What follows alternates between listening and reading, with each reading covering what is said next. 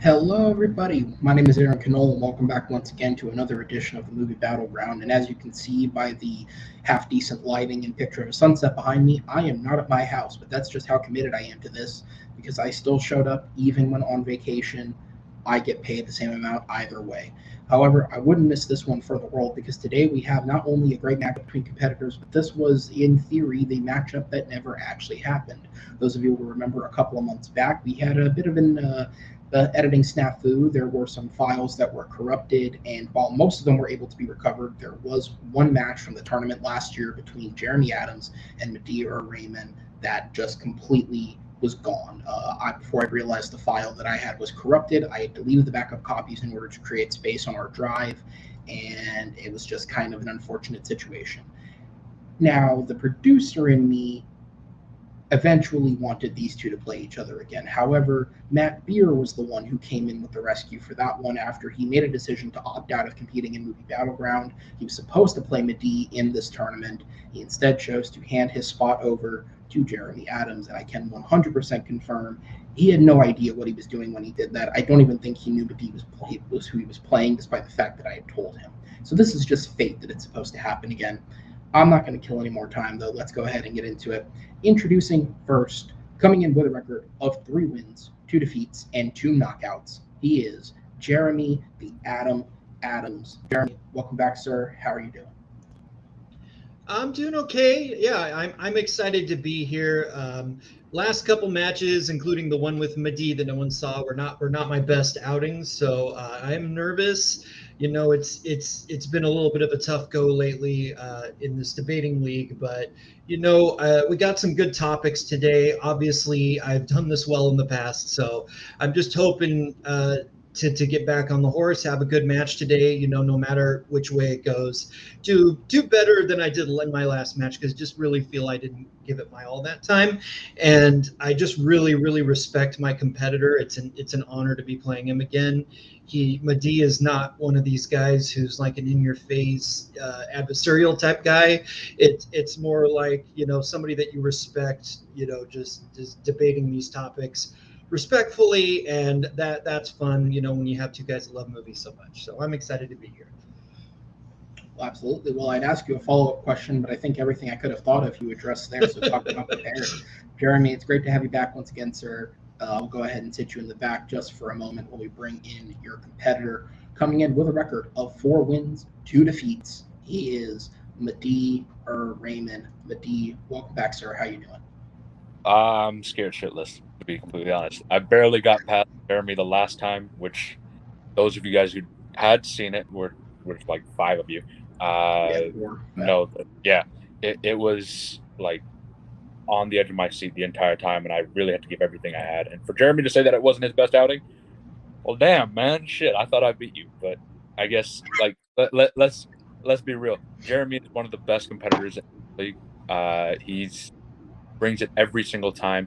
Even if it's an answer to a question that you're like, all right, where is he going to go with that? He still brings out some of the like most amazing facts, and is such an amazing debater that I'm like, for him to say it's an honor to be in the ring with me, forget it, man. It's an honor for me to be like in the same like stream yard as you. Forget it. Like Jeremy's such a great competitor, and I'm really excited to see if I can do it again and put lightning in a bottle twice. Yeah, absolutely, man. And I mean, obviously you had that incredible run through the tournament last year. I think after years of experience and just being on the wrong side of luck every single time, you finally reached a point now where you can be considered a top competitor. But despite that, you've also had a tough run in your last 2 matches, obviously losing to Joe Fairley and then losing to Sean Hunter, who has a number one contenders match coming up this weekend. You've had a couple of losses in a row. So what do you think you need to kind of rebound from that? I mean, at this point, I think if I can somehow beat Jeremy, I think that'll be enough. Uh, I think it's more about just all right. I got to make sure that I stay in the pocket and like debate the way I need to debate. With Joe, I definitely got in my own head a little bit because I mean it's a title match. The first time I'd ever been in a title match of any kind. Come on, I wasn't gonna get there for trivia. A year ago, you wouldn't have seen me in there for debate. So for me to somehow made it that far, I was, you know, The nerves probably got to me a little bit, and then Sean did bring it. Like we went to the blind round on that one, and I hate the blind round, but it was really a great match. So I think it's more just the fact that I wouldn't say it's a great run. I think I've come out on the lucky end of things a few times. I mean, I've faced off against some great competitors, Ryan Perkins being one of them. Obviously, Jeremy I faced before, facing Joe, and still I think holding a pretty decent match there. Like I've come out against some good competitors and somehow gotten the win, and I think I just need to keep trying to push my luck as much as I can. Yeah, absolutely, man. I think you might be the most audible competitor to hate the blind round. It's either you or Amaru, and he has more of a reason to, considering he's played it like every match he's played. He's been in it almost every time. I've been in it once, and that one time I was like, forget it. But even before that, I really don't like the idea of having to do that. I like the prep time. The prep time is where I win or lose matches. So that blind round is scary as hell. All right, man. Well, go ahead and bring Jeremy back in, guys. Welcome back. And let's go ahead and get into this. Movie Battleground is a game that is a best of 5 rounds. It is the first of 3 points wins. Each round of debate is going to be worth 1 point. If a competitor happens to score 3 points in a row tonight, that is going to be a victory by knockout. We'll go ahead and go home early. If it is a 2-2 tie at the end of 4 rounds, we do have a 5th round planned. I'm sorry, Madeeh, it is the blind round. We will explain that one further should we need to get there. In terms of how the opening debates are going to work, the competitors have given their questions. They've had their time to prep. They will start with an opening minute each to kind of introduce their argument, followed by 2 minutes to expand on their argument. A 4-minute open debate session will happen. They'll get to politely as possible trade points back and forth and get their jabs in, followed by 60 seconds each to close out the round. I have 3 great judges backstage, and Chris Diaz, Alan Shepard, and Chad Webb, that will join me on screen at the end of each round. Based off what the competitors have said, they will make their deliberation on the vote. With that said, do you guys have any questions for me? Are we ready to get going? Good. Good luck, Jeremy. Good luck. All right. Well, we have, for lack of a better term here, because you guys are both long-standing competitors, we have 2 classic Battleground competitors here tonight. And who better to discuss with 2 classic competitors than maybe the most classic of classic directors? And although I'm still feeling the sting off of my recent title match against Henry, thanks to losing to this gentleman, I'll talk about him anyways. The question is, what is the best performance in a film directed by Alfred Hitchcock? The man has a shit ton of them. I mean, god damn, does he know how to direct some actors. But which one was the one? So behind the scenes, Madeeh, because you do have the better record, you were deemed the favorite of tonight's match. Statistics, bro. So you chose to go first on questions 2 and 4, which means, Jeremy, you will get to take Mr. Hitchcock on first. I will go ahead and bring in your timer. I will wish you the best of luck while your timer loads. And Jeremy, you will have 1 minute to start your argument. Your time starts when you begin speaking. Yes, like Aaron said in the introduction, there are a lot of great performances in Alfred Hitchcock films from legendary actors from the golden age of Hollywood. But one actor who acted 4 times with Alfred Hitchcock is Jimmy Stewart. And I chose him for his final collaboration with Hitchcock, which is Vertigo in 1958. To give a little background to this, James Stewart was a big, huge star in the late 30s and early 40s in films like Mr. Smith Goes to Washington and The Philadelphia Story. He was kind of like the kind of innocent, naive love interest type guy, the comedy star type. But then real life interceded. He went to World War II and was actually involved in the war, came back, and then started expanding as an actor after that in films like It's a Wonderful Life, in westerns from Anthony Mann, and in his 3 previous Hitchcock films. More of a darkness, a world weariness, and a true acting skill came into James Stewart that he fully brings to light in Vertigo. And time. All right, we're going to go ahead and move over to Madeeh. Time starts when you begin speaking. All right, so as was stated, Hitchcock has a plethora of movies that you can kind of pick from, and so many brilliant performances. But I went with one of the ones that really stood out to me was Anthony Perkins as Norman Bates in Psycho. Now, some of you guys who have not seen the movie, there's a huge twist that we're going to spoil, but whatever, it's been 60 years. So Anthony Perkins plays a character that kind of is what we would now call dissociative identity disorder. But at that point, they called it schizophrenia or whatever they called it. and he's playing this character that has two sides to him, and possibly knows that the other side is there, but he's still very worried about it. And the fact that he toes that line so brilliantly, where half the time he's playing this kind of lovable, sort of sweet, a little bit awkward person, where he's playing himself, or Norman Bates, and then there's the other side where he becomes his mother, and becomes the psychotic murderer. Uh, Time's up. All right, and that is time. So we have Vertigo, we have Psycho, we have James Stewart versus Anthony Perkins. Jeremy, back over to you, sir. 2 minutes on the clock. So yeah, in Vertigo, James Stewart plays a character named Scotty Ferguson, who he was a San Francisco police detective. And in the beginning of the film, we see an incident where his partner and he were on a rooftop. His partner fell to his death, and now we see that Scotty has retired from the police force. He has a crippling fear of heights, and probably a lot of post-traumatic stress from this incident. He's now living in private life, and an old friend pulls him into this mystery involving this woman, Madeline, played by Kim Novak. And gradually, as the film goes on, James Stewart is a character who, he still has the quality and the charm that he had in his previous films, in Mr. Smith Goes to Washington and all these other films. He's this likable guy. He's a down-to-earth guy. He was a good cop. But gradually, as the film goes on, we start to see that he has this obsession with this woman, and then something other tragic happens with this woman, and then she dies, and then he finds this other woman that he's like obsessing with, and he starts trying to turn her into the woman that he loved before. And the film, there's twists and turns, and you realize this actually was a big con job on him. The woman actually is the same woman, and he gradually realizes that. But the journey that James Stewart goes on in this film, he's in almost every scene of the film, and he's this guy who's already had a trauma, and he's just cracking scene by scene. And it's such a potent, powerful performance, and the real life weight of nearly 50 years of James Stewart's life, of having been in the war, of having honed his skill in all these different films and other Hitchcock films, just really comes to a boil toward the end, where he is screaming at this woman who's ruined him, but who he's obsessed with, who he can't let go. And this is a true performance from beginning to end, whereas I'll get into how Anthony Perkins, it was more of a supporting role, and he didn't quite get to do everything that James Stewart did. All right, Madeeh, back over to you, sir. 2 minutes.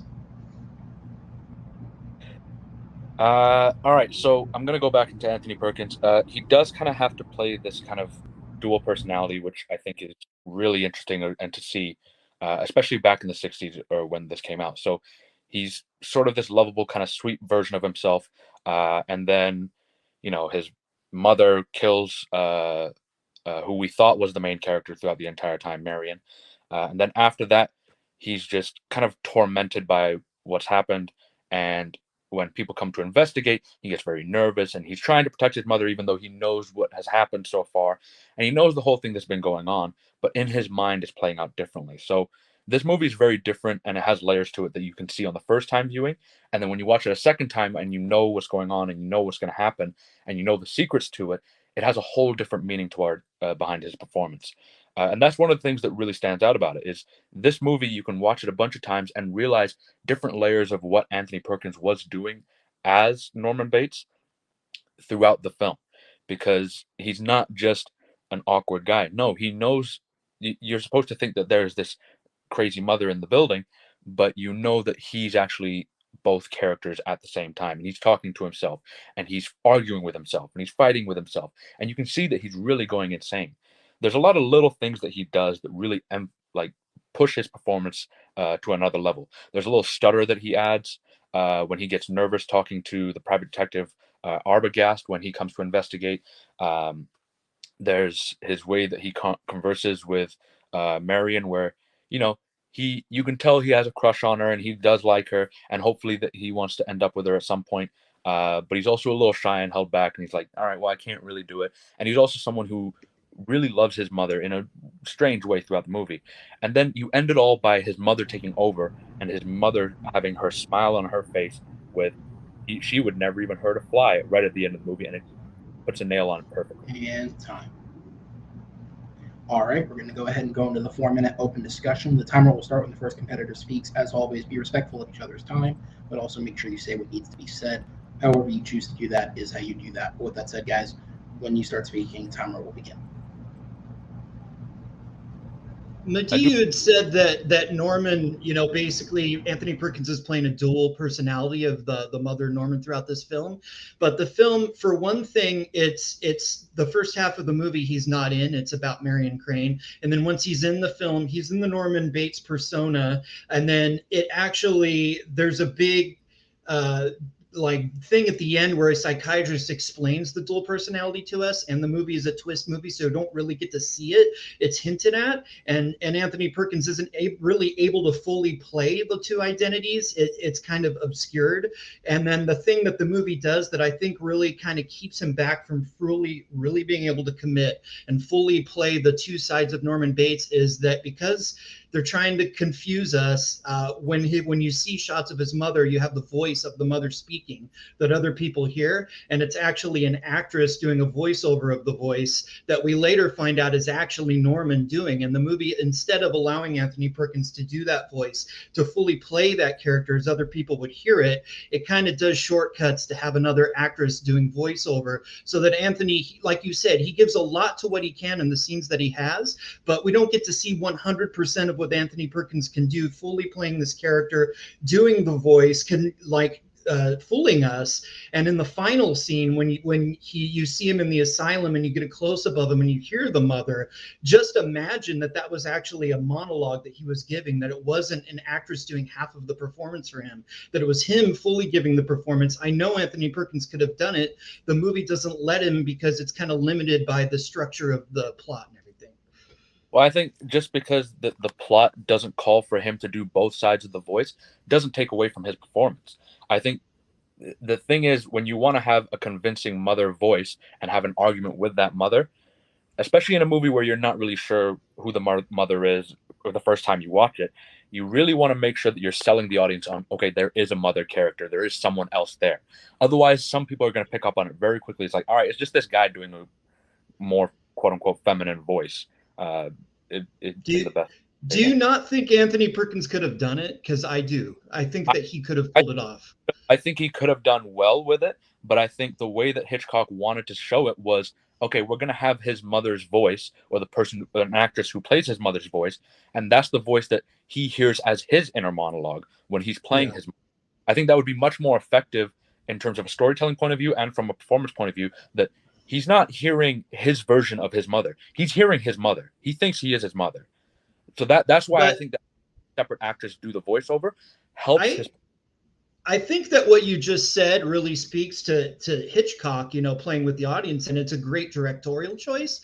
But for an acting choice, like I said, other people are hearing this voice, and the last scene, he does have an inner monologue, so it is like we're hearing the voiceover. But this is a movie that hasn't been like that, where you hear it's a very like real life sort of, everything feels in real time. So I think to not cheat and to let Norman Bates really give the performance would have allowed him to even fully more go into that character. And I think where that happens is in the movie Vertigo, because there are no shortcuts there. Jim Stewart's in almost every scene of that film, and he has to really convey to us that he's losing his mind, that he's being obsessed, and that there's no shortcut there. There's no tricks that take away from that. The director and the actor are working completely hand in hand effectively. Being in every scene of the film makes it a better performance. I think it makes it a lead performance versus a supporting performance.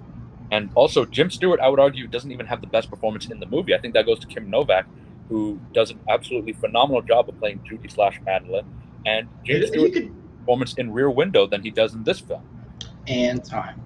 All right, you guys each have 1 minute left on the round to wrap this up and finalize everything. Jeremy, you are going to be going first, sir, so when you start speaking. One person did get an Oscar nomination for Psycho. Again, that was Janet Leigh as Marion Crane.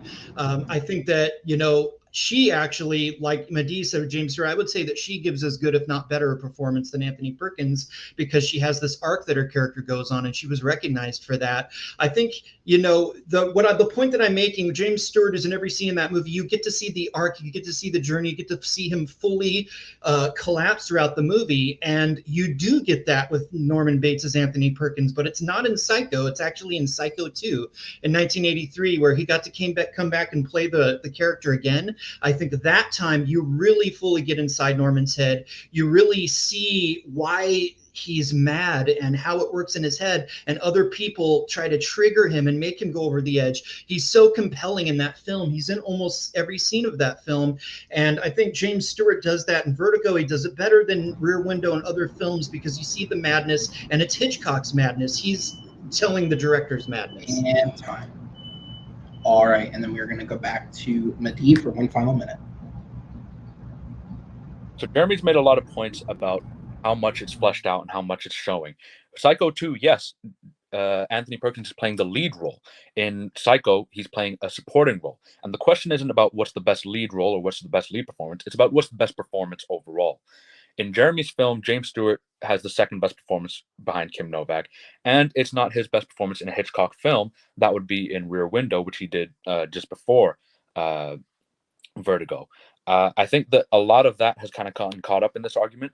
I would say that Anthony Perkins, with the small amount of screen time, relatively small amount of screen time he has, really steals the movie. I would say that this is the precursor to what Anthony Hopkins did, almost at Anthony Perkins again, in Silence of the Lambs, where you only see them on screen for a little bit of time, but they're so menacing and they stick with you throughout the movie.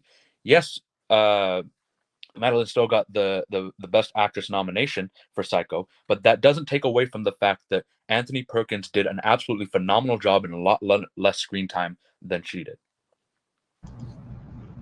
All right. Off to a bang already. Guys, a great first start, guys. I'm going to go ahead and send you both to the back and bring our judges into the forefront, as I have just a couple of fact checks to run over. So first things first, in terms of the mental illness that Norman Bates does have, using modern psychology, because obviously in the past different terms have been used, he does have what is described as dissociative identity disorder, or DID. This is based on how the movie portrays it, in that the trauma he experienced as a child led him to commit the murder of multiple people, including his mother, and then thus him splintering his mind to create her as a separate personality that acts as its own person. However, in looking it up based on people's analytical approach to the film from a psychiatry point of view, he is not considered legally a psychopath, because he does show a full range of emotions. He is just simply a murderer with DID. He is not a psychopath. In terms of the voice for the character of Norma Bates, it was not performed by Anthony Perkins. There were actually 3 different actors who did the voice of Virginia Gregg, Jeanette Nolan, and Paul Jasmine, all provided the voice of Norma Bates, or Mother as he refers to her. The voices were kind of edited together in an interesting way. At different points, apparently all 3 are speaking at the same time. At other points, he kind of interchanges them based on what's being said. However, the only time in which there's only one singular actor speaking is during the final speech of the film that Mother gives, which is performed by Virginia Gregg. And she is the actress that would solely reprise that role in the sequels. In terms of Academy Award success, yes, Psycho was nominated for 4 Academy Awards. In terms of acting, only Janet Leigh was nominated for Best Supporting Actress. Anthony Perkins was not. However, James Stewart was also not nominated for Vertigo, so in terms of that stint, they are on equal billing. With that said, though, we are going to turn it over to the judges at this point. Chris, as concise as you can get it for me, I'm going to go to you. Who gets your vote, and what was the main selling point? The first one, back and forth, I was hearing both sides. I went with Jeremy to the end, just by a tiny bit. That's heard more example for his film, Take Down Psycho, with, Anthony Perkins and Janet Leigh were getting a better performance. I see it kind of a doubt for me, so Jeremy. Okay, so the first vote is going to go to Jeremy. Alan, I go down to you. Who gets your vote, and what was the main selling point? Well, I'm going to go opposite. I'm going to go Madeeh, because he had a very good case, and anything Jeremy threw at him, he backed it up. Madeeh backed it up and countered very well. So I'm going Madeeh. All right, so we currently have a split between Strat. Go to you. Who gets your vote, and what was the main selling point, as concise as you can hit it? Yep, my vote goes to Jeremy this round. Reason being, Madeeh did a great job talking about Anthony Perkins and his role. I love the talk about doing the dual roles and stuff like that. But he didn't give me a lot of actual reasons why James Stewart wasn't the best performance in his own movie or in overall.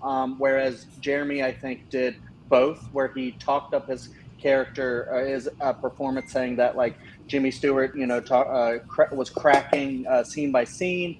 You get a full arc from his character, and he shows the obsession really well. But then he gave me, I thought, like, was a pretty brilliant case for why the other side of the dual role wasn't as strong as it could have been for Anthony Perkins if he would have been able to get that voice. Even though I thought Madeeh did have a good counter that the plot kind of needed for him to not do that voice, but I still think that Jeremy had a really strong takedown for Anthony Perkins. So I went with Jeremy. Okay. All right, guys, I'm going to go ahead and send you guys to the back as we'll move on to the next question. We'll go ahead with that first point and move on to question number 2.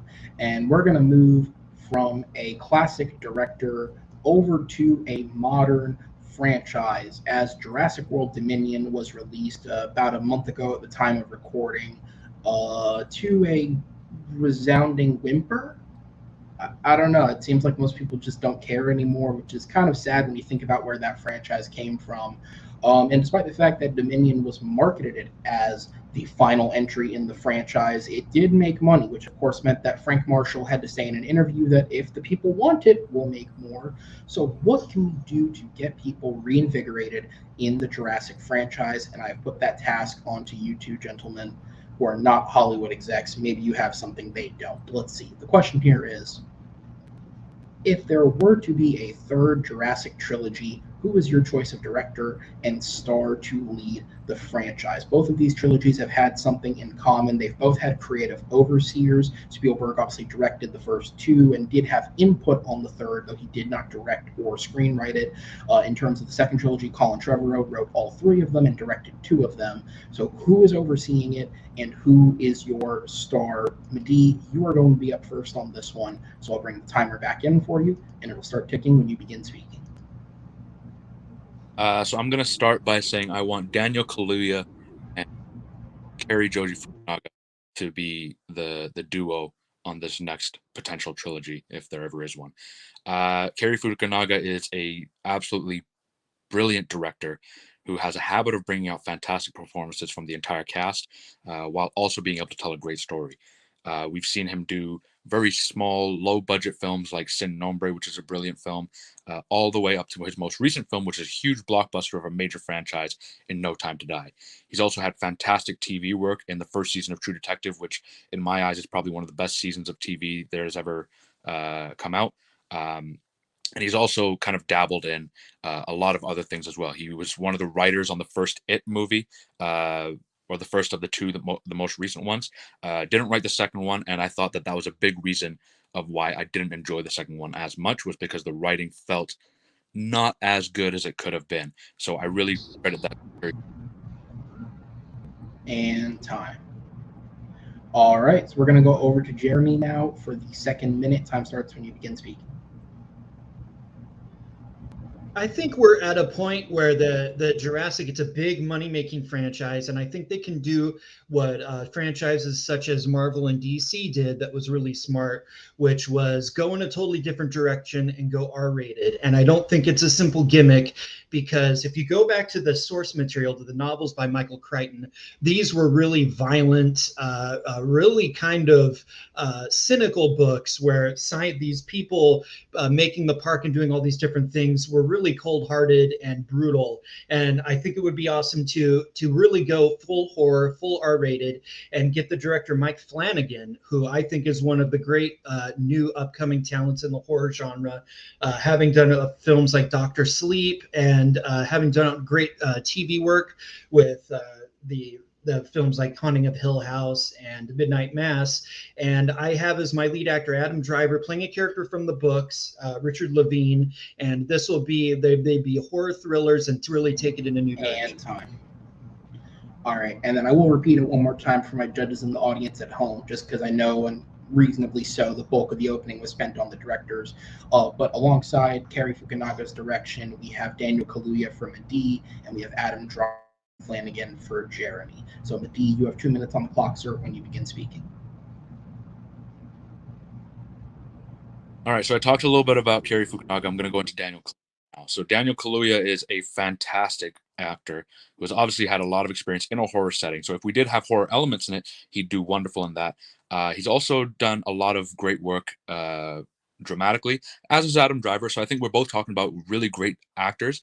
I think the difference is that Adam Driver has had his go in a big major franchise in Star Wars, and he didn't really enjoy that that whole experience as far as anyone can tell. Whereas Daniel Kaluuya, the big blockbuster he was in was Black Panther, and he was more of a side character. And at this point, he's not confirmed, and I don't think he's in the upcoming one.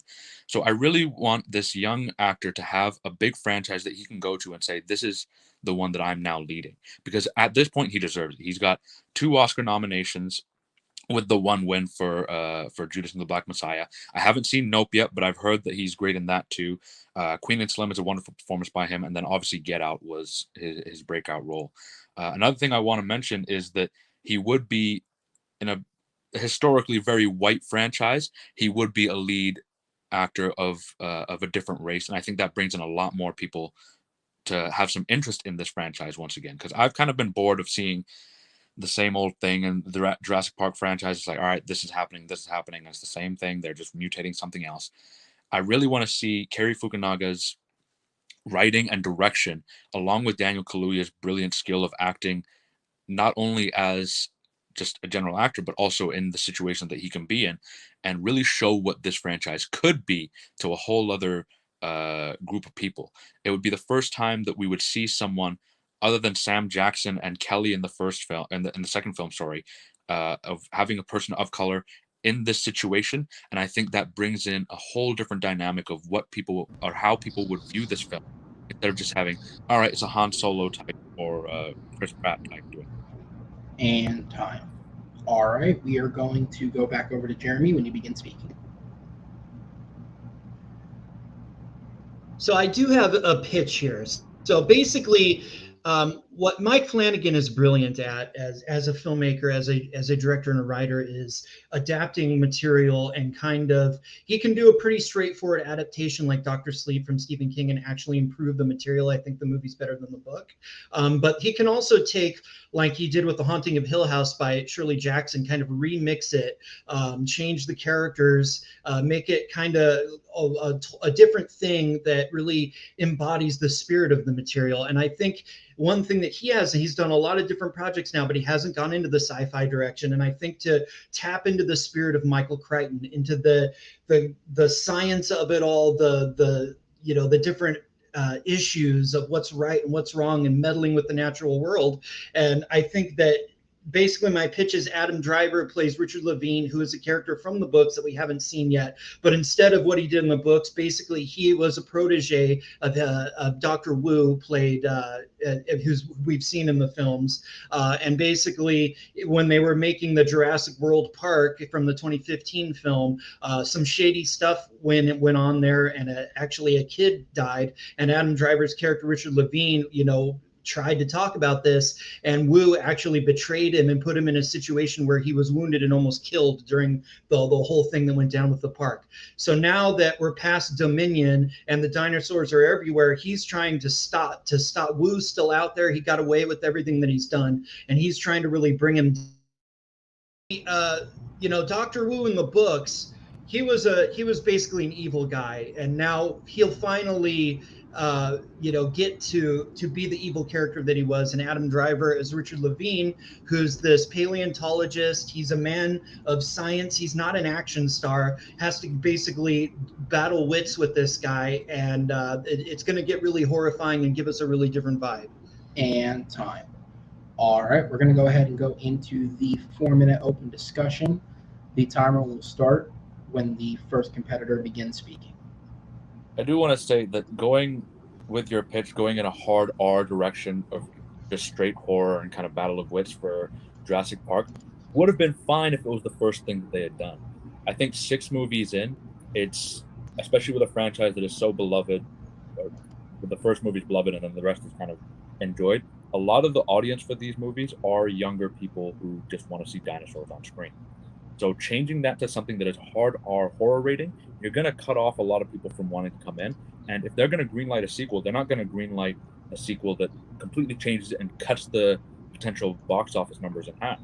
If they had done that 20 years ago or 30 years ago, then sure. But this is talking about the next franchise, and it wouldn't really work in that way.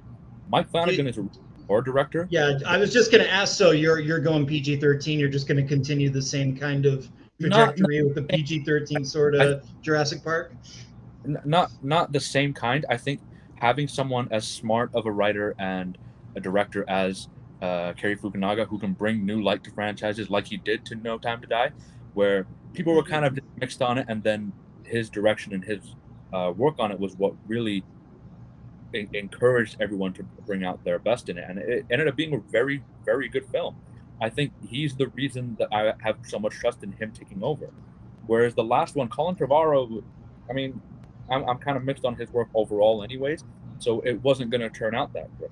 And even the middle film that he gave to J.A. Bayona, who I think is a great director in his own right, you can't fix what is already terrible if you're just, given a piece of crap to work with and you're told to film this, then that's what's going to happen.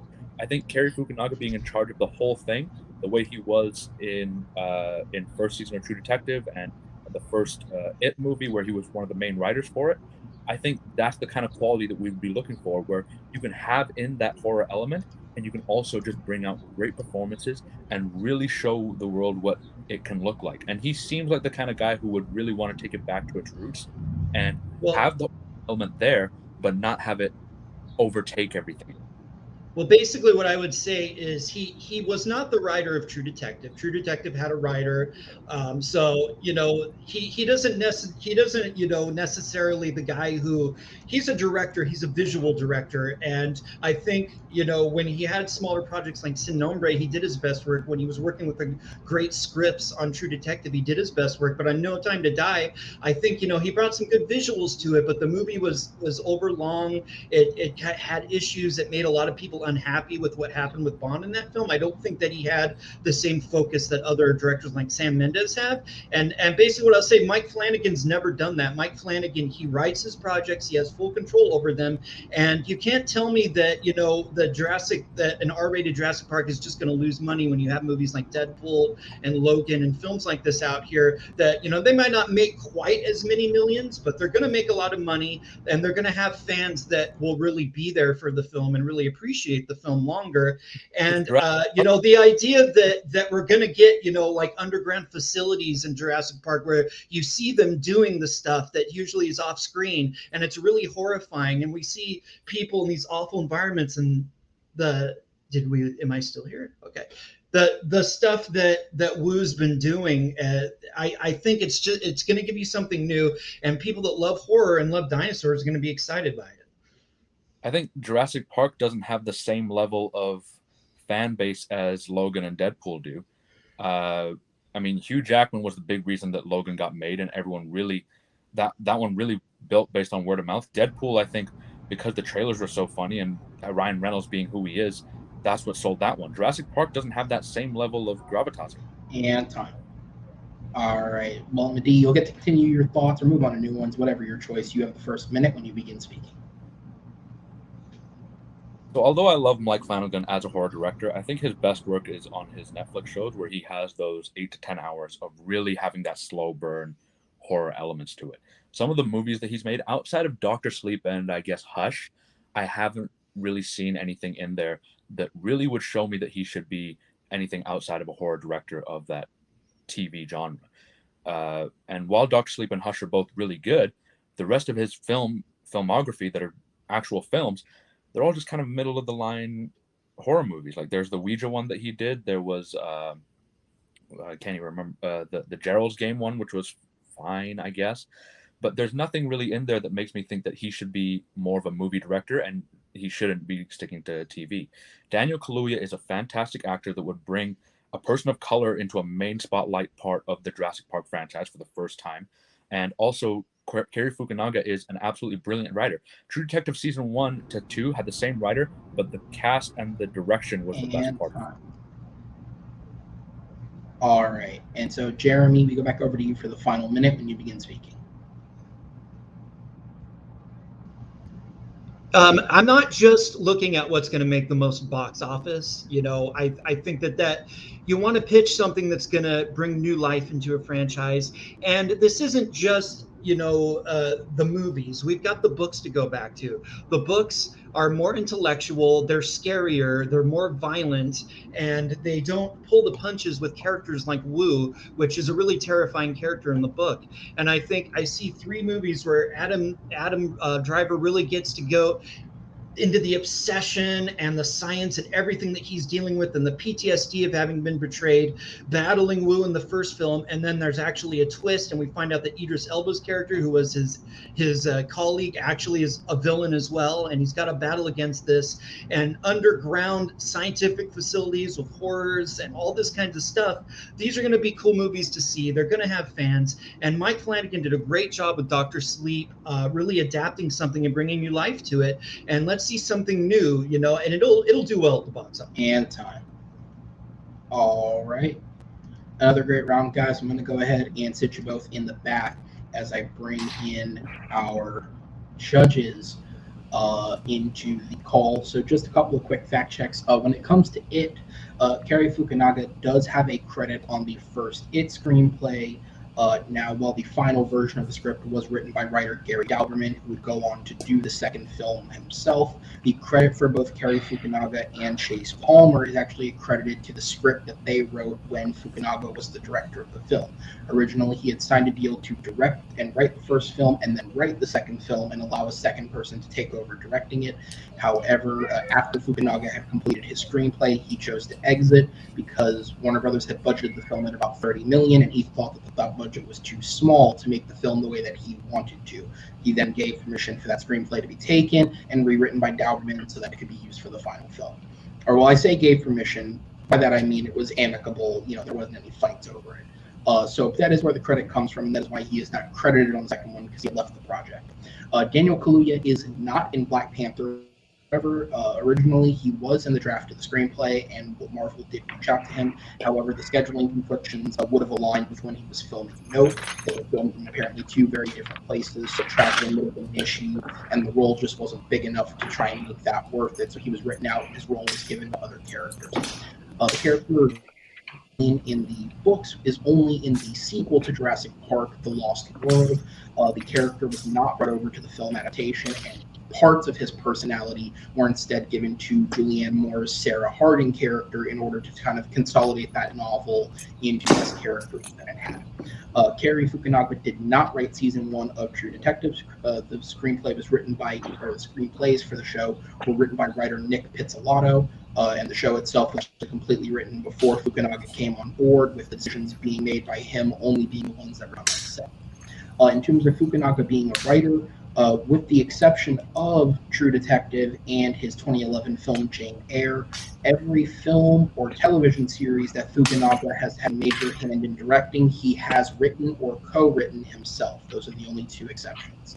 And then Mike Flanagan's films, he directed 8 films between 2011 and 2019: Absentia, Oculus, Hush, Before I Wake, Ouija, Origin of Evil, Gerald's Game, and Dr. Sleep. I can't count, that was 7 films.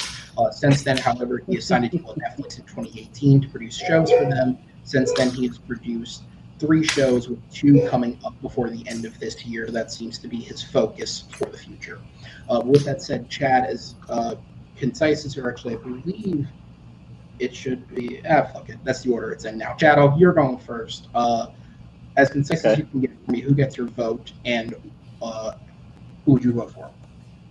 Yeah, I gave it to Jeremy. This one was very close, I'll say. A lot closer than the first one for me. I did like Madeeh's points. I liked his choices, first of all, because I love No Time to Die.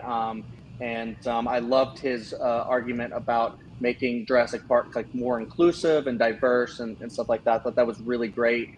But I felt like I got like a lot more from Jeremy about like what his trilogy would be.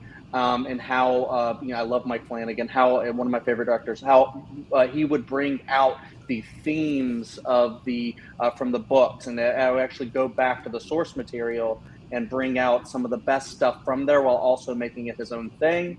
And I don't think he said like who Adam Driver would play, and obviously he's pretty much great and everything. So I just thought Jeremy had the slight edge here. So yeah. All right, Alan, I go down to you. Who gets your vote, and what was the main selling point? I liked both of these choices that both of the guys made, but I think unfortunately Jeremy, the more he pitched what it would be, the less interested I was in it. Because I've got certain expectations. If I'm going to see a Jurassic movie, I want to see a movie about dinosaurs. The big thing, sorry spoilers, but the big thing about Dominion that hurt it the most for me was it become less about the dinosaurs and more about bugs. And I've already seen genetically modified stuff. I want to see something that's about those genetically modified things, and I want dinosaurs. So I think a kind of trilogy that Jeremy was pitching, I would love to see that, but I don't want it to be Jurassic. I want it to be something else. So I went with Madeeh.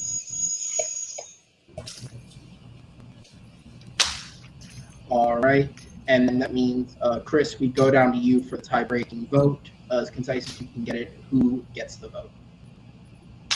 Different tough, a good argument for both. Some interesting choices and some interesting plot details. Haven't seen Dominion myself. Off screen, but I went with Jeremy. I thought he painted the picture for me of what his trilogy would be.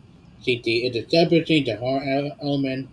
Interested that with Madeeh went into detail about what his trilogy was about more than just the director and the actor himself. I thought I would invest in Jeremy idea more than Madeeh. All right, guys. Well, thank you so much. I'm going to go ahead and sit you guys in the back and bring the competitors back in once again, as we'll go ahead and move on to question number 3. And speaking of, weirdly enough, things that are modern, did you guys know that Mel Brooks has a movie in the theaters? Technically, currently in theaters, you can find the movie Paws of Fury, The Legend of Hank, which not only features Mel Brooks in a voice acting role, but is actually an animated, kid-friendly remake of Blazing Saddles. That's not a joke. That is actually a movie in theaters right now. It stars Michael Cera and Sam Jackson, and it is a real thing. And apparently it's actually not half bad. It's also not half good, but what are you going to do? So the question here is, let's use that as inspiration to talk about a great director of comedy, something that I'm sure this movie isn't, because how the hell do you remake Blazing Saddles and make it kid-friendly? The whole point of that movie is that it's not kid-friendly. Like, it's the most mature of his... Anyways, it's a really weird oddity, and it's from the director of The Lion King, because I know way too many facts about this movie. I can just start throwing them out there. Yeah, right? The animated Lion King, that guy directed this. So let's talk about movies. The question is, what is the best Mel Brooks movie released in the 1970s? It is arguably his most active decade. I would say the bulk of what people love from him comes from this decade. But of the classics, which one's the best? Jeremy, you are up first on this one, sir. So when the timer starts, you can begin speaking. Yeah, I went with what I feel to be the best directed Mel Brooks film. I think this movie really shows him both as just a great visual auteur director, but also making a great comedy, and that is 1974's Young Frankenstein. A little bit of the background: this is actually an idea that was pitched by Gene Wilder to Mel Brooks, and they collaborated on the screenplay together, and eventually Gene played the lead character, and basically his pitch was, what if it's the grandson of Frankenstein from the old films, and he doesn't want anything to do with Frankenstein. And they kind of jumped off from there. But the brilliant thing that Mel Brooks did was to really go back to those great 30s horror films, the Universal horror films, and film it in black and white, capture the vibes of those films visually, and really kind of give all of the iconography, everything that you get from those films. But you have great characters, kind of reinvented characters being funny in all of these great situations. All right, Madeeh, back over to you, sir. Time starts when you begin speaking. I also picked a Mel Brooks film from 1974, except I picked Blazing Saddles, which now unfortunately has the sad part of being remade as a cat versus dog animated film. I'm not going to get into that. I also, real quick, while you were talking, for some reason when you said black and white Universal thing, I was like, oh, that Monsters trailer was really terrible. Okay, so I'm going to go into these movies. Blazing Saddles is a film that came out and had exactly the kind of language that a spoof film about a black man becoming a sheriff of a backwater town in the Old West would have. It has the first fart scene in cinema history, and to my point, it's probably the best fart scene in cinema history. So it started up here and then it went down from there.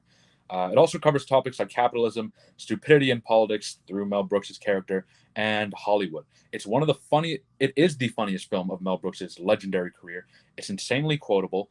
And the fact that you can watch a movie that has so much ridiculous language made in the 70s and still watch it today and still find it funny speaks.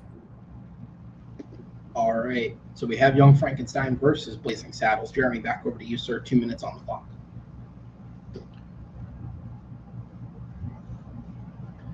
Yeah, so basically what I think is so great about Young Frankenstein is, it is a spoof film. It is basically, it's a satire of like I said, the Universal horror films, but it doesn't feel like a bunch of stitched together gags. It actually feels like a story with characters, and though they're zany and they're silly, we buy into them, we go along with them, and the film has a great build as Gene Wilder, inherits the castle from his grandfather Frankenstein. He finds his grandfather's research. He wants to recreate and make the monster and everything. But the performance that Gene Wilder gives throughout this, it's so loving. You can tell, having co-written the script, that he was really invested in it. His performance is actually ranked on Premier's magazines as one of the 100 greatest performances of all time, and that's along people like Robert De Niro and Raging Bull and Daniel Day-Lewis and My Left Foot. This isn't like just a comedy list.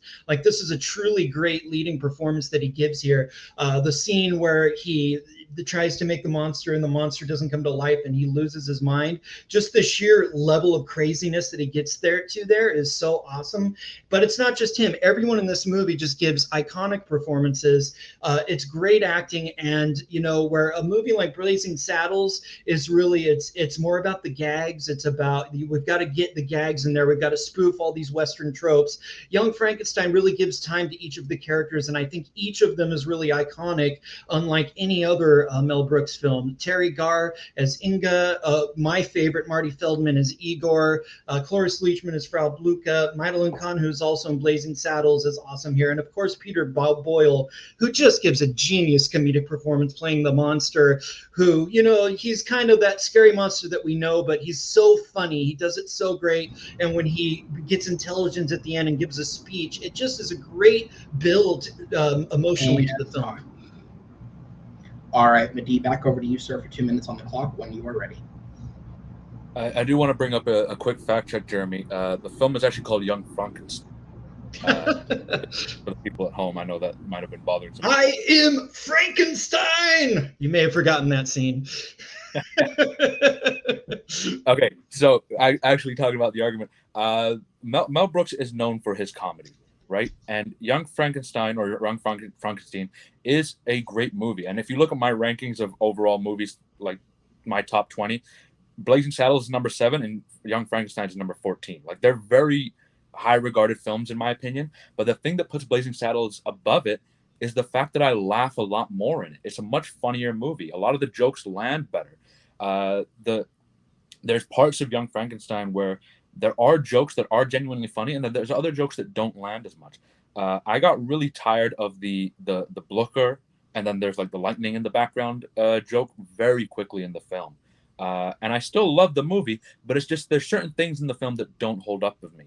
Marty Feldman is great, but I would say that Cleavon Little does an absolutely brilliant job in Blazing Saddles. And you talked about Gene Wilder. Gene Wilder is just as brilliant in Blazing Saddles as well. The whole scene where he wakes up and he sees the sheriff watching over him as he's kind of coming out of his hangover or coming into a hangover is beautiful. Their friendship, where it shows that even at a time of so much racism, you can have someone who just cares and sees you as a person and is just friends with you. It's also a lot more of a quotable movie as well. I think Blazing Saddles has stood the test of time of how much you can quote from it, and it's lasted since that time as a much more quotable and memorable movie. Whereas Young Frankenstein is a great, fantastic film, but it doesn't have that same level of notoriety, or I say rewatchability, but not really rewatchability. It's not as highly regarded today as it was back when it came out. I'm still quoting Blazing Saddles all the time, whereas I'm not quoting Young Frankenstein. I walk into a club throughout my university days saying, "Where are the white women at?" And people laugh. I can't really do that with Young Frankenstein. And time. All right, we're going to go ahead and get into the 4-minute open discussion. The timer will start once the first person begins speaking. Madeeh, I am sorry to say there are no white women here for you, but we will try and make up for that later. When you guys are ready, go ahead. I don't know how you're going to make it work. I'm not going to go there. I'm a producer, baby. Okay. Yeah. I just want to say, yeah, there are movies that are quotable. A movie that I quote more than any other is Pee-wee's Big Adventure. I wouldn't say that that's like one of the greatest movies of all time. I personally love quoting that film. Other spoof films like Naked Gun or Hot Shots have a lot of quotable lines. It doesn't mean that they're great films, in the grand scheme of filmmaking. What it means is there were a lot of comedy writers on there putting a lot of gags into that film. But we're saying, what's his best film? And the person who believes that Young Frankenstein is his greatest film is Mel Brooks himself. He was asked, about this, and he said, yes, Young Frankenstein was my best film. He did say it was his third funniest, and that Blazing Saddles was the funniest. And I think you're making a great case for how funny Blazing Saddles is. It does have a lot of gags in it, but Young Frankenstein, it really allows you to get into the characters. I think that Gene Wilder, yes, of course he's great in Blazing Saddles, but the performance that he gives anchoring Young Frankenstein is on another level in terms of timing and acting and everything. And I think the fact that I actually think it's more rewatchable because the more you can really understand about what they were doing visually, getting the actual sets that they had to get from a guy's house from the original Frankenstein films, the actual set pieces, test tubes and stuff, bringing those back, that level of detail that they put into it. Whereas Blazing Saddles, you just get TV Western sets. We do some vague TV Western stuff. And then, there's a lot of different characters, that are fun in the movie. But if they want to go into an area where they're doing a lot of gags, characters like Madeline Kahn's character kind of gets forgotten at the end of the movie. They forget about her to some degree because they're going to do this long section where they break out of the movie and they go to a Hollywood studio. It's funny, it's zany, but in terms of making a film, you really see what Mel Brooks can do, kind of like a film that he did before that. There's the 12 Chairs, like where he's referencing literature and all this different stuff. This is a really intelligent guy. Gene Wilder is a genius, and they're doing some deeper stuff here, and visually and in terms of the performance and the acting, it isn't just gag. I think saying that Blazing Saddles isn't an intelligent film is really diminishing. I didn't say it's not intelligent. Well, less intelligent in the way you're defending it. I think Young Frankenstein, yes, it has more of those auteur levels of it. The fact that it's filmed in black and white to kind of reminisce on the Universal pictures, but he's doing a lot of the similar choices that he did for Young Frankenstein, of really putting an homage towards the films that he loved as monster movies and all of those classic Universal pictures. He does the similar kind of thing with Blazing Saddles, where he looks at the Westerns that were coming out, and at that point, Westerns were kind of dying off, but he's looking at the classic Westerns and showing all the different aspects of it and really putting it in like a comedic sense, which is what Mel Brooks does best. And I think he does it best here because he has people, not only himself in it, but he also has other great comedians behind the script writing and making sure that everything is told properly. He had Richard Pryor, who's in my eyes, the greatest stand-up comedian of all time, come in and help write the script for it. And there's so much in this movie that it's okay. Yeah, it looks like they're doing a TV set or like they're doing like that. But that's kind of how old school Westerns were filmed. A lot of the 50s and 60s Westerns and before that were filmed in this kind of, all right, we just have like a building put up, like you can walk through it. And they really play on that. And it's really an intelligent way of showing that while at the same time making an absolutely hilarious and brilliant film. Young Frankenstein, sure, Mel Brooks might say it's his best film, but Mel Brooks also said that, yes, I would like to do Paws of Fury, The Legend of Hank, which, I mean, come on. Like, there are things that sometimes they do say that it's not accepted as, all right, just because they said it doesn't mean it is. Mel Brooks, when you look at his filmography, Young Frankenstein is a great film, but Blazing Saddles is stuff that had all the stuff that had Blazing Saddles has in it and takes it to another level by adding a whole bunch of different layers to it by spoofing a different genre completely. And I just want to point out there, I always tell people that I don't really care how you guys split the time, just, make sure you guys are fair to each other. I got so lost in that I forgot to bring the timer up, because that's the first time I think I've ever seen two competitors almost evenly split that 2 minutes just right down the middle, one and then the other. That was well done, gentlemen. So now you're going to get 1 minute. Is properly timed. Jeremy, you are up first, sir, when you're ready. I would argue actually against the point Madeeh made about Blazing Saddles like being more accessible and standing the test of time because of the language that film uses. I think that's obviously the point that they're making, but it is going to limit the audience a little bit. Like, you're not going to show younger children, Blazing Saddles. It's a film that you'll come to later. And they're basically making the point of, racism is stupid and the people engaged in this stuff is ridiculous. But Young Frankenstein, you can show to younger audiences, you can show to a really wide audience, and it's the same message. It's also a message about racism, toward people that we don't understand, like the monster, and how they just need our understanding. And it also, goes into, the society and how the poorer people fear what this rich guy's doing, and they get a mob together and all this stuff. It's playing on a lot of the same ideas, but it does it in an accessible way. And I think, Richard Pryor didn't get to play the lead role in Blazing Saddles. That would have been awesome, and they missed that opportunity. All right. That one was on me there, being just a little late there. Madeeh, you got one to begin speaking. So Richard Pryor was offered the role, but I think he had scheduling issues or something like that he wasn't able to partake. But that is an alternate universe that I would love to also see. But Cleavon Little did an absolutely fantastic job. I think he really brought the comedy that he was capable of, and he doesn't diminish the movie at all. I don't think it would have been better or worse with Richard Pryor. I think it would have been different, but I still think it's a fantastic film. I think saying that it's just like a comedy only for adults, that doesn't make it a worse movie. Just because something is only for adults versus accessible to everyone doesn't change the quality of the film. I wouldn't show a kid Shawshank Redemption, but it's still probably one of the more phenomenal films that's ever been made. Just because the audience is different doesn't change the quality of the film. And I think Mel Brooks does an absolutely fantastic job in Blazing Saddles of really showing, for the layman, for the people of the clay, morons, the stupidity of what racism is. And that message goes throughout the entire film. And I think there's so many small jokes that just because kids won't understand it doesn't make it any lesser. And time. Fuck.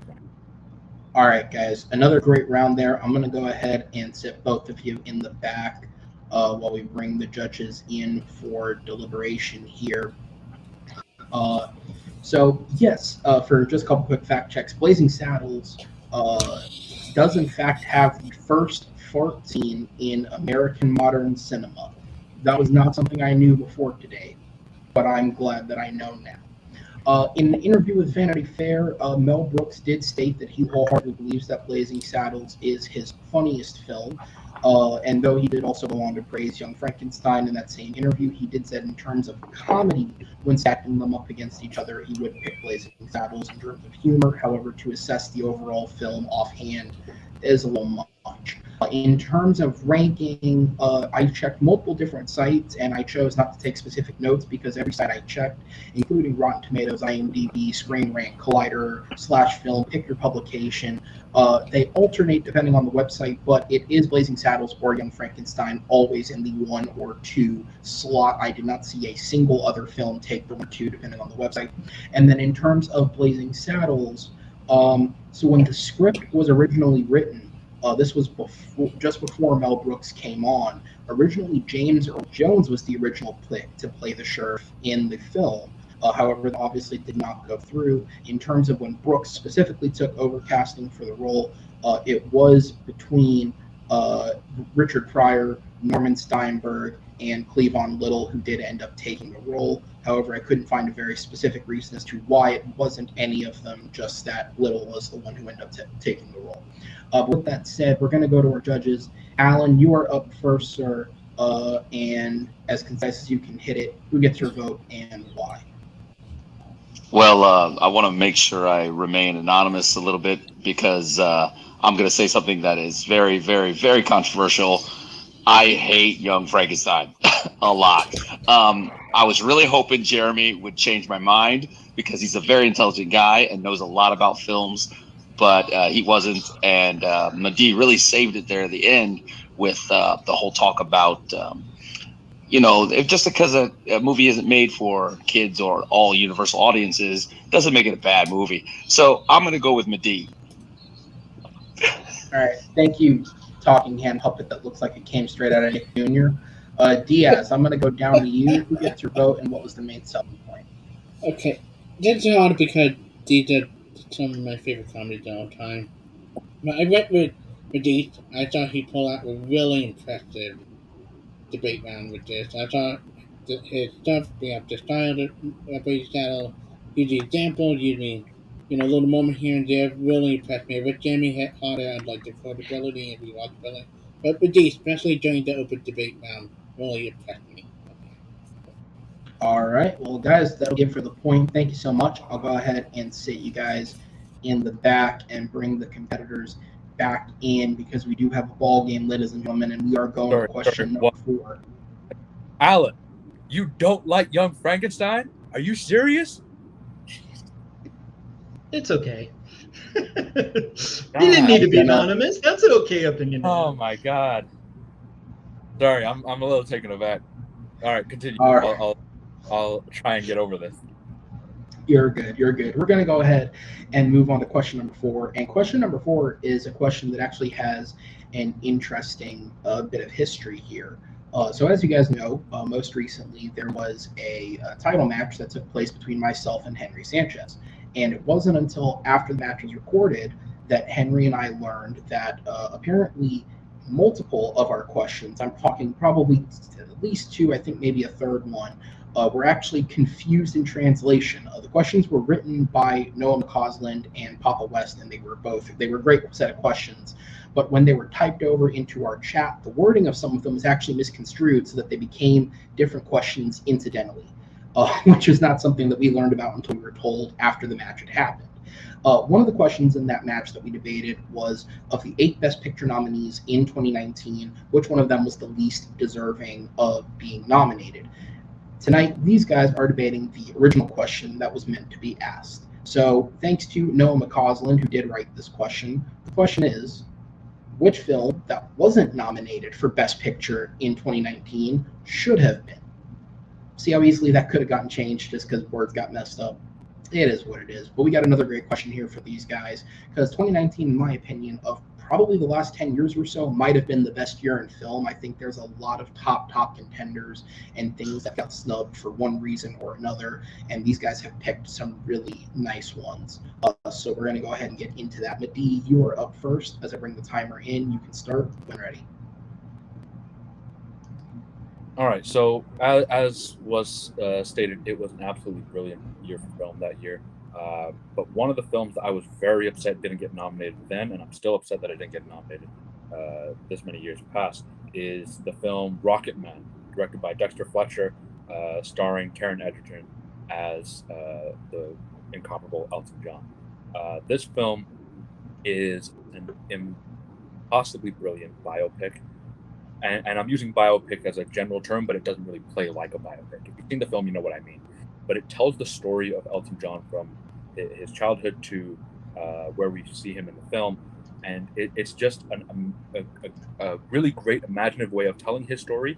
And everyone in the film is brilliant. Taron Egerton does an absolutely phenomenal job. I thought an Oscar-worthy performance as Elton John.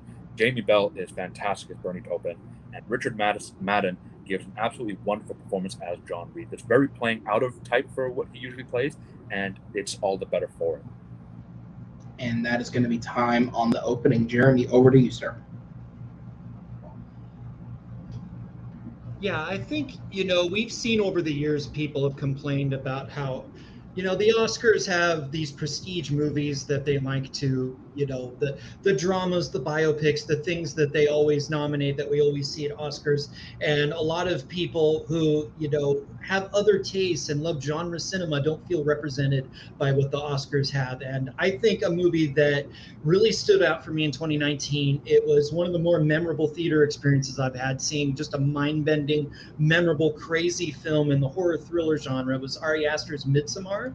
I think that this is really an elevation of the horror genre, taking it into a direction we've never seen before, having just scenes that sear themselves into your mind. And in addition to being just a horror movie, it's also a great psychological film about a woman who's grieving and going through a breakup. And the horrific things that we're seeing kind of almost represent her inner mental state. It's a genius film, and the Oscars just missed it. All right, so we have Rocketman versus Midsamara. Madeeh, back over to you, sir, when you begin speaking. So Rocketman isn't a traditional biopic, as I mentioned earlier, and to Jeremy's point that yes, the Oscars do tend to nominate a lot of like the dramas and the biopics and things like that. I don't think Rocketman really fits into any of those specific things. I think it takes parts of different things and fits them all together. But this year's Oscars also had Joker nominated for Best Picture. It had the Jojo Rabbit film nominated. So there are films that don't really play into the commonplace that were let through and put up for Best Picture, and deservedly so. And I think that Rocketman should have been one of those for sure. I think a few years prior, they had Bohemian Rhapsody nominated, and obviously Rami Malek won Best Picture. And especially when you're comparing Rocketman to Bohemian Rhapsody, you can see the quality of film comparatively. You can see them both. Sorry, I'm going to pause because Jeremy's gone.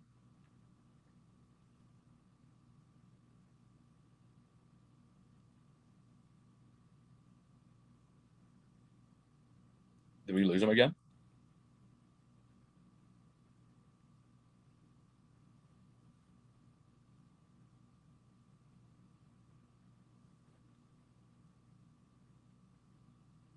I'll just hang out.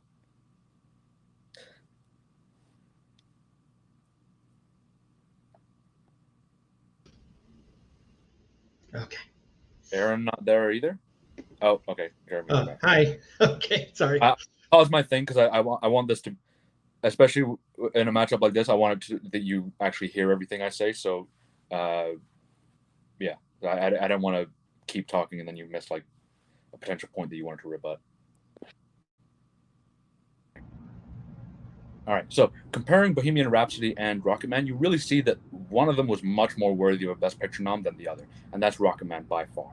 Taron Egerton's performance really lifts this film to another stratosphere, and the filmmaking and the overall production of this film really is on par with a lot of the other films that were nominated. Like Little Women is a great film, but so is, and Rocketman is right up there with it. I think just because I didn't enjoy Joker as much, I still think this was a better film than that. Whereas some of the other films that were nominated are all great films, and I don't have any problem with them being nominated, but this one should have been up there right with them. They had 9 pictures nominated for Best Picture that year, and they have the space for 10, and I really think this could have taken the 10 spot easy, and it would have been a competitive 10 spot. It wouldn't have just been, oh, it's just there as an extra thing. No, this one could have been one of the top, I would say, top 5 movies that were released that year. I think 1917 and Parasite are the 2 that are for sure above this one, and then Ford versus Ferrari I would put up there, and then maybe The Irishman and Jojo Rabbit. Like it's a very competitive group this year, and I think this one deserved a spot in that top 10. All right, and that'll be time on the round. Jeremy, back over to you, sir. 2 minutes on the clock. To be completely honest, from my experience here, when we were backstage pitching the movies and Madeeh said Rocketman, it actually took me a second to remember what movie it was. And I actually saw the movie and I was really excited for it when it came out because I'm a big Elton John fan.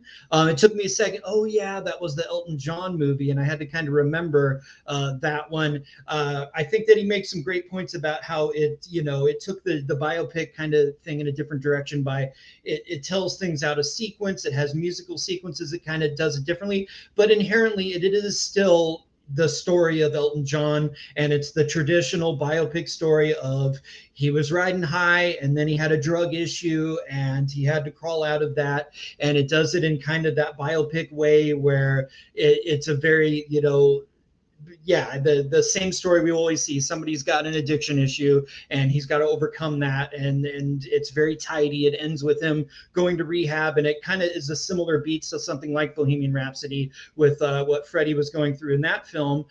It was told better than Bohemian Rhapsody. It was dressed up a lot, but I think inherently that kind of a movie that doesn't really get into the nitty gritty of who Elton John was really and everything that you could dig into there can fade a little and not really stay with a main audience. But a film like Midsamara, which again, this was a horror film, but directed by Ari Aster. But instead of doing your traditional, in the dark, there's something terrifying in the dark, he did a movie that's almost entirely in the sunlight. These people go to a commune in Sweden, and we find out that it's a cult and there's things going on. And I think the performance that Florence Pugh gives in this film is really great, and it anchors the film. And I think, she could have been nominated for this film. And I think that it's different than the other films that were nominated. There were no real horror films nominated, and they usually don't get. And I think it would be something really cool for the Oscars to acknowledge.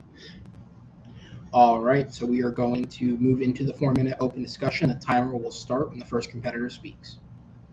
I do want to say about Midsamara, I think that, yes, the Oscars should recognize more horror films, but I don't think Midsamara was really worthy of it. I think it was a good movie, and I think it's unsettling, and I think that Florence Pugh does a great performance. But outside of that, I don't really have anything in this movie that I'm like, yeah, that deserved a Best Picture nom. I mean, the supporting cast is all, they're there for like 5 minutes, and then they just kind of get into an argument, and then no one cares. I think some of the ways that it's shot is interesting, but I don't think it's anything that's putting it at the same level of some of the other films that were nominated that year. If Midsommar was nominated in that 10th spot, I think it's an easy 10th place. Whereas I'm saying Rocketman, had that been nominated, is competitive in the top 5 for me at least. And I think that saying it's a run-of-the-mill biopic, yes, just because Elton John did have drug issues, doesn't change the fact of the way that it's told and the way that it's shown doesn't alter of how we see it. In other films where there's a drug issue, it's always like, all right, he's suffering, he's going through drug issues. When you see Elton John go through it, you're kind of almost turned against him. Like, you see him in the film and you're like, you can do better. Like, you're seeing the mistakes that he's making and you're telling him not to, and you're rooting for the character, but also at the same time you're like, come on, like you know how bad this is. And that's something that separates us from other biopics, because every other biopic is like, all right, we're going to show the glossy things, we're going to say that there's a struggle, but we're going to show the glossy things, and it's going to be very sanitized, and we're going to clean it up, and we're not going to show all the dark stuff. And it's the same thing that when they did Straight Outta Compton, one of the big issues I had with it was Dr. Dre was not a great person, and they kind of just made him seem like, oh, he's just kind of innocent throughout the whole thing, blah, blah, blah, blah. This is the one that really shows you he's not necessarily a good person throughout the entire time. And the music scenes specifically, I think, are absolutely phenomenal, of showing not what the audience sees and like, oh, we're just going to play the songs and have Taron Egerton sing it. No, we're going to show you how Elton John sees himself when he's playing music, and what happens to him, and what happens in the mind of this particular artist when you're doing it. Every other musician is just like, all right, we're going to play the song and it's going to be cool, and then that's it. I think of films like, if you want to see a drug addict biopic movie that really goes there and gives you the depths, there's a film called Sid and Nancy with Gary Oldman where he played punk rocker Sid Vicious.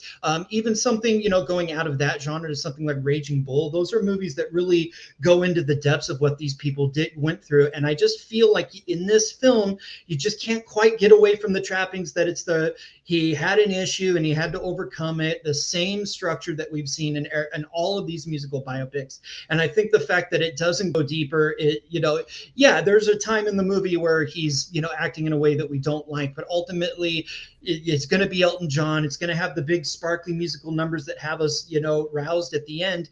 It doesn't really give us something deeper than that really, it's made better than Bohemian Rhapsody, but in my mind, that's a lower bar. It's still that same thing that they kind of dressed up with fancier filmmaking. Whereas Midsamara, I'm just going to completely disagree with so much of what you said. I think that the movie, the cinematography of it, how bright it is, and how the sun is just beating on these people throughout, and they just can't escape the situation that they're in, and the fact that these people are having a breakup, and the toxicity of that, you can just feel it. It just permeates this movie and puts us in this crazy mental state that most horror thrillers can't really get you to, because Ari Aster is just so skilled at doing that. And there's so many memorable scenes in this film that just stay with you. The old couple that throw themselves off of a hill, that they have to use a mallet on a guy's head, the scenes where they're tripping on mushrooms. It's just, and then there's a sex scene in the movie that is like nothing I've ever seen before. This is really memorable, groundbreaking horror filmmaking that is, the Oscars, they just don't get this stuff. And time. All right, we have 1 minute left on the round each. We're going to go into it. Madeeh, you are up first when you're ready. So just saying that something is memorable doesn't make it good. I think there's a lot of things that are memorable that aren't great. The Room with Tommy Wiseau is memorable, but for all the wrong reasons. Now, I'm not saying Midsamara is on that level. I'm just saying that it's memorable because it does things a little bit differently, but it doesn't do them at a level of some of these other pictures that were nominated. Like, if I was to put Midsamara in the same category as 1917, I wouldn't feel comfortable with that, because some of those films are so well made and so brilliantly shown, whereas Midsamara it's a great horror movie, but outside of that, it's not really a great film. Like, it fits in the horror genre really well, and Ari Aster is a great horror director, but I think Hereditary had a better chance of getting nominated, which I think was a few years before, but this isn't the one that would have gotten through. I think Rocketman, it's not the typical biopic. You keep saying that, it goes over the same things. No, they tell his life in a very non-glossed way. It's not like through a keyhole where you're only seeing certain parts of it. They really go in depth of it, and I think that Elton John was really a good part of that, where he said, no, I want to show everything. And time. All right. Jeremy, back over to you, sir. You have the final minute when you're ready. I think Rocketman was really recognized by winning the Best Song Oscar. I think that was a way of the Academy to really acknowledge Elton and acknowledge this film. But in terms of the film itself, like I said, there's so much you could go into with Elton John. They don't even cast his band. His band was a big part of what made his music. They did the background vocals on his albums. There's so many dynamics there that would have taken us deeper into him.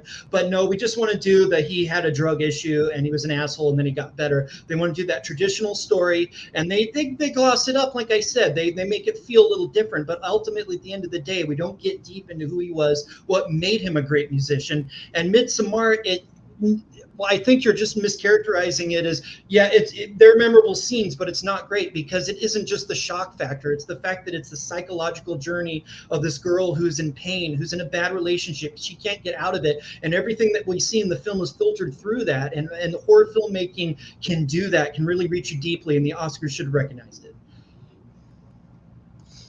All right, and that is time. All right, guys, another great round. I'm going to go ahead and set you guys into the back, and we're going to go ahead and bring in the judges. So the couple quick little things I have on the side here.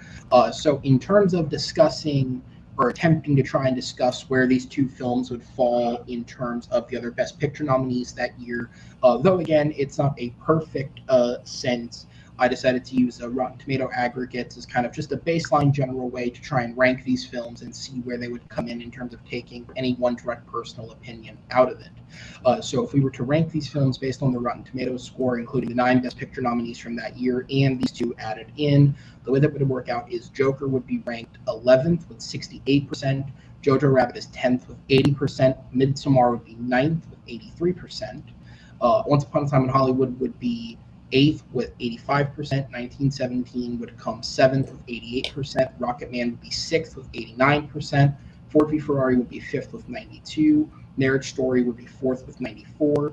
Little Women would be third with 95. The Irishman would be second with 95, but a slightly higher average score out of 10 than Little Women. And Parasite would be number one with a 90% like rating from critics. In terms of comparing Bohemian Rhapsody and Rocketman, Rocketman does have a much higher score. It had a 89% approval rating from critics and an 88% from audiences. Bohemian Rhapsody had a 60% approval rating from critics and an 85% approval rating from audiences.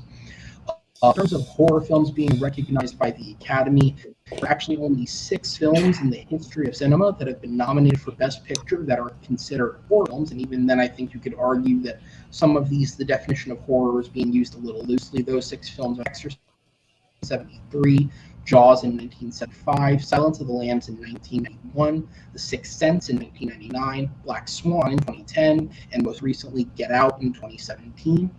And Rocketman was directly produced by Elton John. In fact, the movie had been stuck in development hell for about 20 years because the studios wanted it to be a PG-13 movie. Elton John wanted it to be a rated R movie.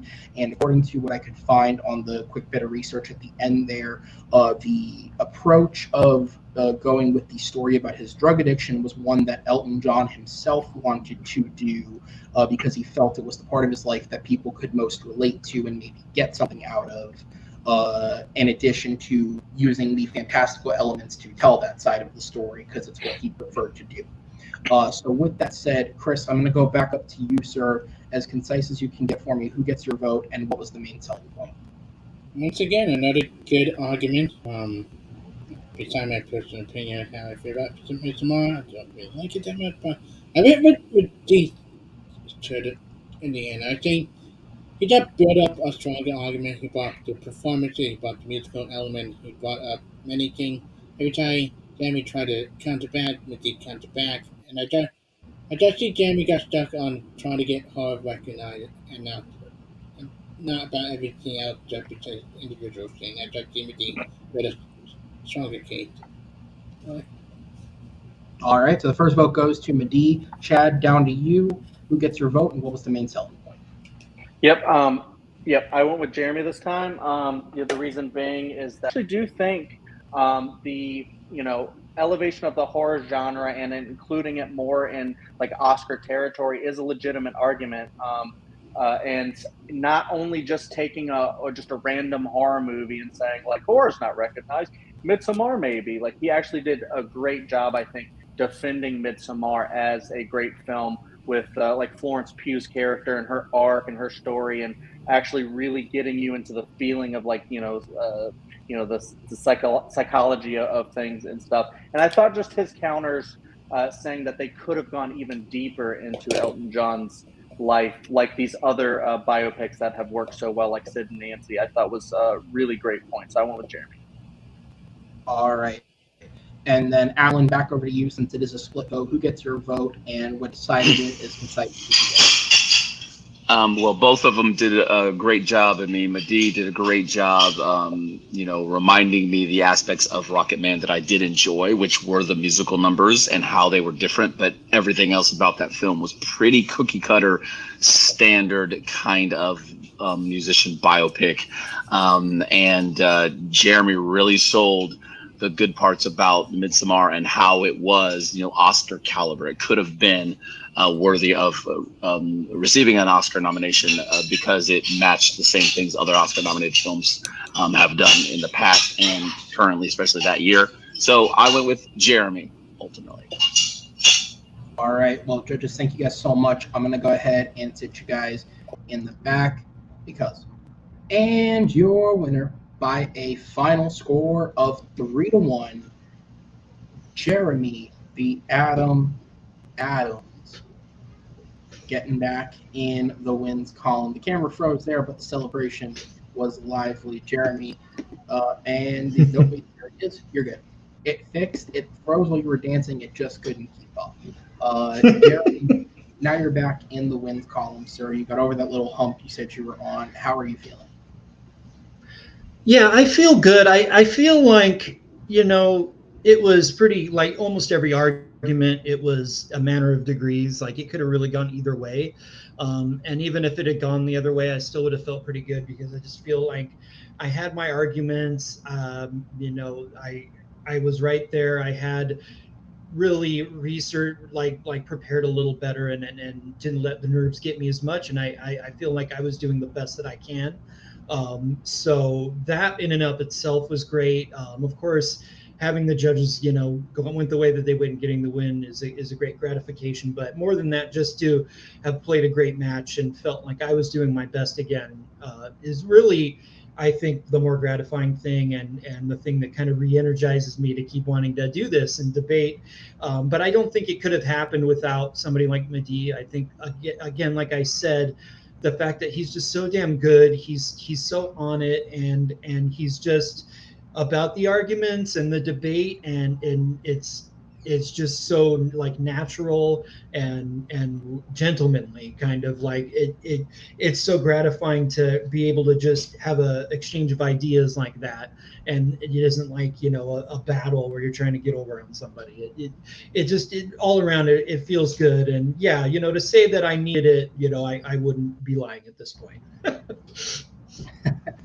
Absolutely, man. And so, yeah, you do now move on to the next round of the tournament, in which your competitor will be Will Cohen, who's currently 3-1 in the league, fresh off of his own win in this round of the tournament. I'm so sorry. You broke up just a little. Who's my opponent? You're all good, man. We'll get there. We're almost done. Okay. Your opponent is going to be Will Cohen, who's currently 3-1 in the league. I don't know how much you know about Will, but what are your thoughts on that? Have you seen any matches of his, or do you know anything about him, or is this just completely blind for you? I've watched little pieces of a lot of the matches. So yeah, I've seen a little bit of Will. He's really good. Obviously, his record reflects that. So yeah, I just gotta, really do what I did today and do the best that I can do, have the best argument that I can have. It'll be a good match again with a really good player. And that's what it's really about, being a competitor. It's about, being able to really show that you love movies in a unique way, and have a back and forth with other people that love movies. And when you look at it that way, it's very, very gratifying. Absolutely, man. Well, it's great to have you back once again, and it won't be too long before you're here, so we will see you when that time comes. Go ahead and sit you in the back and bring in your opponent from tonight, Madeeh. Listen, man, another hell of a performance. I would to say that you've gone from 4-0 to 4-3. I don't think is a definition of your performance slipping. I think it just means that when you get that highly ranked, whether it's by luck or by skill, you get matched up against tougher opponents, and it just hasn't gone your way as of recent. But how are you feeling after that? Well, I didn't have to do the blind round, so my blood pressure is normal again. Good. I can't afford any more heart pills after that last one, dude. No, that one was. Oh. But no, I mean, listen, Jeremy, honestly, it was an honor to be in the ring with you, and the fact that this time, hopefully, it does go up, fingers crossed, is just a glimpse of what people missed the last time. I'm still in shock that I somehow won the last time, and now I think this match kind of went the same way. We were both going back and forth, and it was, some of the questions were different, and the judges might have gone different ways. Ask anybody in the street if they watched this match who they would have given the match to. It could have gone a completely different way, and that's what I love about Jeremy, is that he's going to bring it every single time. I said this the last time that I faced off against him, that I think he's probably the best competitor who hasn't yet won or held the belt. And I think, Aaron, you agree with me on that one, because he's just so damn good. And I'll be honest, I'm a gentleman with you, Jeremy, because you deserve that kind of level of respect. But there's other people that I'm definitely just going to start yelling at and like getting argumentative with just for the hell of it. But for you, man, like you bring out the best in me, and I'm glad that I can even try and get the best out of you on any given day. Absolutely. Well, the good thing for you, I mean, if you think it's a good thing, I have no clue, is with the amount of wins that you've earned, you still have enough goodwill and rank in the rankings that when we begin putting together the end of your tournament with the top 16 competitors, you will fall in, you will most definitely fall within the top 16, still being at 4-3. You obviously don't have to make any commitments now. We're going to confirm everything about that later, so that there's no fucking chance that this one goes wrong. But what are your thoughts on that potentiality, or what are you kind of feeling next? You know what? I'm excited. I'm ready. Well, okay, give me like a week to prepare, but I'm ready. As long as I don't have to face Jeremy again, because this is too much. Honestly, That'd at be this point, incredible. If that happens, that'd be incredible. But I promise we'll see what happens. if it happens, I'm coming after you because I know that you're like, let's just put Madeeh and Jeremy together because why not? But no, I'll listen, show you the I'm receipts. fully down for Jeremy versus Madeeh Part 3, where we can actually see who gets on top overall. You know what I mean? But at the same time, I'm dreading that day because Jeremy's so damn good that he's scary to go up against. It's very like David and Goliath sort of thing where you're looking at the mountain and you're like, all right, this is what I got to go up against. But yeah, I'm ready. Whoever you put me against, I'm good to go. Like I said, a tournament's a tournament, so I will never rig that because I believe in the sanctity of where you rank is where you rank. However, you have played twice and it is 1-1. I don't need to play Henry a third time to know that I'll lose again. We have a competition here, so you know it'll come eventually. Yeah. We'll just see if it happens naturally or not. But Madeeh, a great performance once again, sir. I look forward to having you back when you do, as I go ahead and sit you in the back. And guys, that is it for another great match in Movie Battleground. That is it for another great match in this tournament. If you haven't seen any of the other matches or you've missed some in this Summer Invitational tournament, there's a playlist on the channel specifically for these, in addition to the playlist I have with every Movie Battleground match. So go ahead and check those out if you've missed them. As I said, Jeremy moves on to take on Will Cohen in the semifinals, meaning the winner of that match will find themselves in the tournament finals / #1 contenders match. So it's very, very close for both of them, as well as on the other side of the bracket. So once again, guys, thank you so much for the judges who are here tonight, Chris Diaz, Chad Webb, and Alan Shepard for being here.